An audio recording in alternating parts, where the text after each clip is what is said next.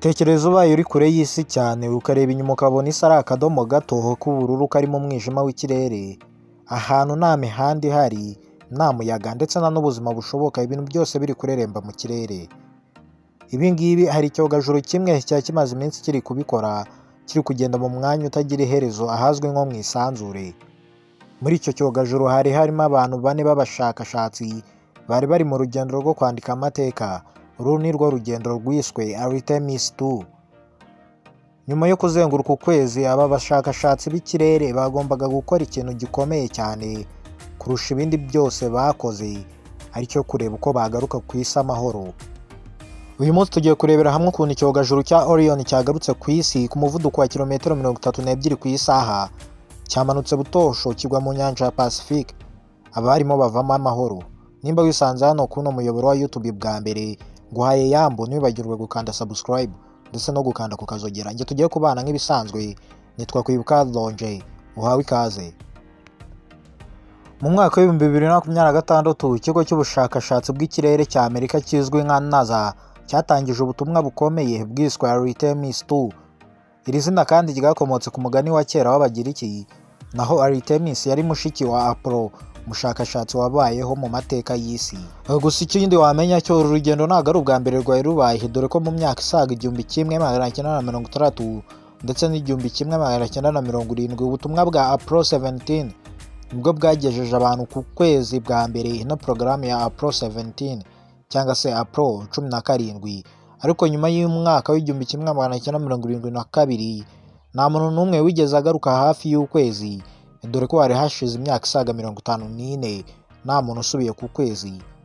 Artemis 2 rero uru rugendo rwabaye mu 2026, yari igiye gukora amateka, gusubiza abantu mu kirere mu gace katigeze kagerwaho n'abandi bantu ku isi, baciye inyuma y'ukwezi mu gice kitagaragara, aho bamaze iminota 40 nta tumanaho bafite, bari ahantu hatagaragara nabo ubwabo batareba imbere, ariko byaje kugenda neza. Ariko intego yayo y'ino Artemis 2 ntiyari ukumanuka gusa cyangwa se gusubiza abantu ku kwezi, ahubwo yari no kugerageza niba ikoranabuhanga rishya rishobora gutwara abantu mu kirere kure cyane rikabagarura amahoro ku isi. Muri iki cyogajuru cya Orion cyari gitwaye abashakashatsi b'ikirere bagera kuri 4, aribo Reid Wiseman ari nawe wari uyoboye uru rugendo kuva mu itangiriro, Victor Glover akaba ariwe wari umupilote w'icyogajuru, na Christina Koch umuhanga mu bikorwa bya misiyo, ndetse na Jeremy Hansen umusirikare w'ikirere cyangwa se umushakashatsi w'ikirere wo muri Canada. Aba bose kandi bari bafite inshingano imwe gusa, ariyo kugerageza ejo hazaza h'urugendo rw'abantu mu kirere cyangwa se urugendo rwo kujya gutura ku kwezi ndetse no kuri Mars mu myaka izaza nk'uko biteganyijwe. Nyuma yo kuva ku isi kandi icyogajuru cya Orion cyatangiye urugendo rurerure cyane rujya ku kwezi. Ku minsi yakurikiyeho cyanyuze mu mwanya w'ikirere kirimo ubusa gusa ahazwi nko mu isanzure, kure cyane y'isi. Aha niho kandi habaye ibintu by'amateka bikomeye cyane. Abasirikare b'ikirere cyangwa se bano bashakashatsi babonye ukwezi hafi yabo cyane, ndetse iyi si iri kure cyane inyuma yabo, bari kuyibona nk'akadomo. Abenshi mu bantu batuye ku isi ntibigeze babona iyo shusho n'amaso yabo.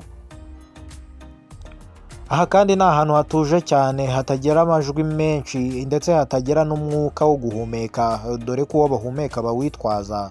Nyuma yo kuva ku isi, icyogajuru cya Orion cyatangiye urugendo rurerure rujya ku kwezi. Mu minsi yakurikiyeho, kino cyogajuru cyanyuze mu isanzure, umwanya muremure urimo ubusa, kiri kurerembayo, bari kure cyane y'isi. Aha niho habereye amateka akomeye cyane, niho kino cyogajuru cyangwa se bano bashakashatsi bandikiye amateka akomeye. Abashakashatsi b'ikirere babonye ukwezi hafi yabo cyane, ndetse n'isi iri kure yabo, inyuma yabo kure cyane, ibintu bitigeze bibonwa n'undi muntu uwo ari we wese ku isi ya rurema. Aha ni ahantu hatuje cyane, hatagera amajwi na makeya, ndetse kandi hatagera umwuka wo guhumeka, dore ko n'uwo bahumekaga bawijyaniye, uramutse ugushiriyeho wagwayo. Nyuma kandi yo kuzenguruka ukwezi, Orion yatangiye igice cya kabiri cy'urugendo, ari nacyo cyari gikomeye cyane, aricyo cyo kugaruka ku isi amahoro. Igihe cyo kugaruka nicyo cyari gikomeye kurusha ibindi byose Orion yigeze yagira, nibwo aba bashakashatsi bagize ubwoba bukomeye kuko aribwo bwa mbere bari bagiye kugerageza runo rugendo bagaruka ku isi. Icyogajuru kandi cyari kiri kure cyane y'isi, hafi kilometero 400,000.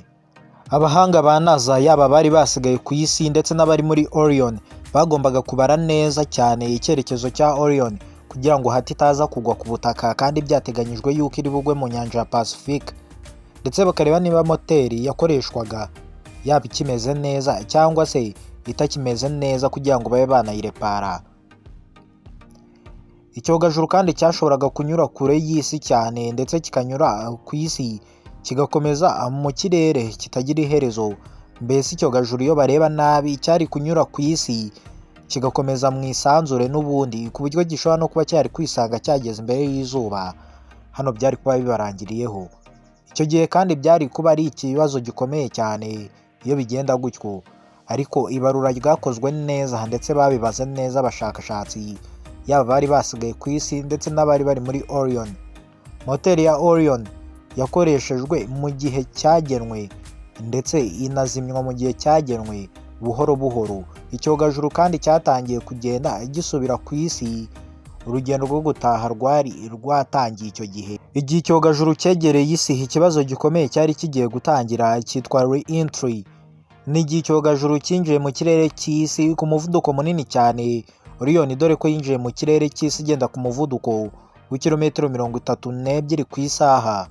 Bino byatumye ubushyuhe bukabije cyane, umwuka utera ku cyogajuru ugashyuha cyane kugeza ku bushyuhe burenga dogere 2800 Celsius.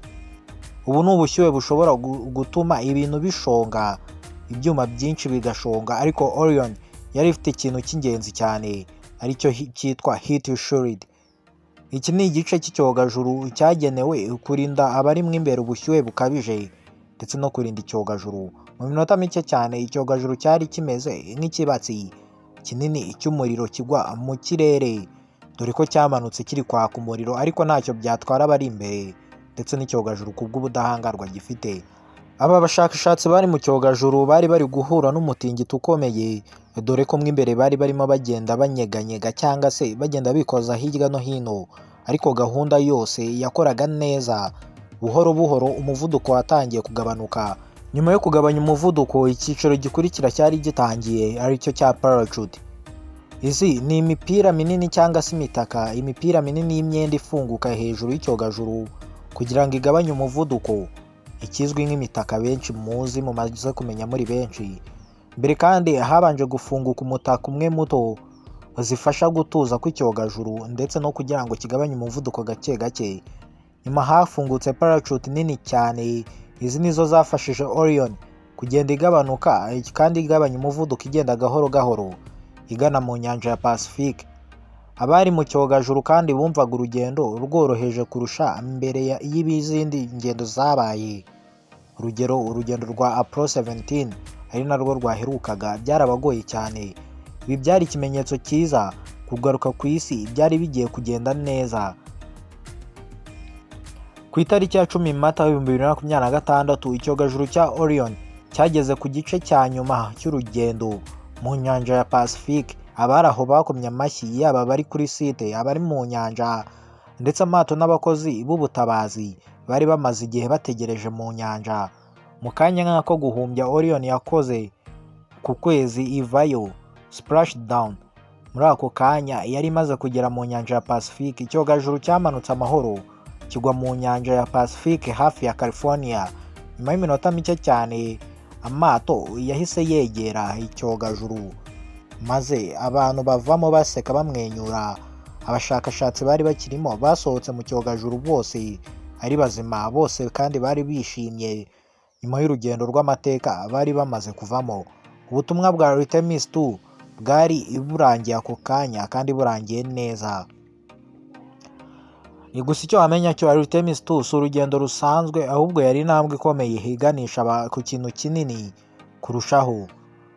Mu butumwa bukurikira bwitwa Artemis 3 buteganyijwe mu 2028, naziteganya ko izongera kuzamura abantu ikabajyana ku kwezi, ahubwo bikaba ari ibintu bizakorwa hari abantu benshi atari abantu bane gusa, kuko hari guteganywa yuko bari kugerageza nimba bareba yuko abantu bajya kuba ku kwezi hamwe n'ikigo cya SpaceX cya Elon Musk.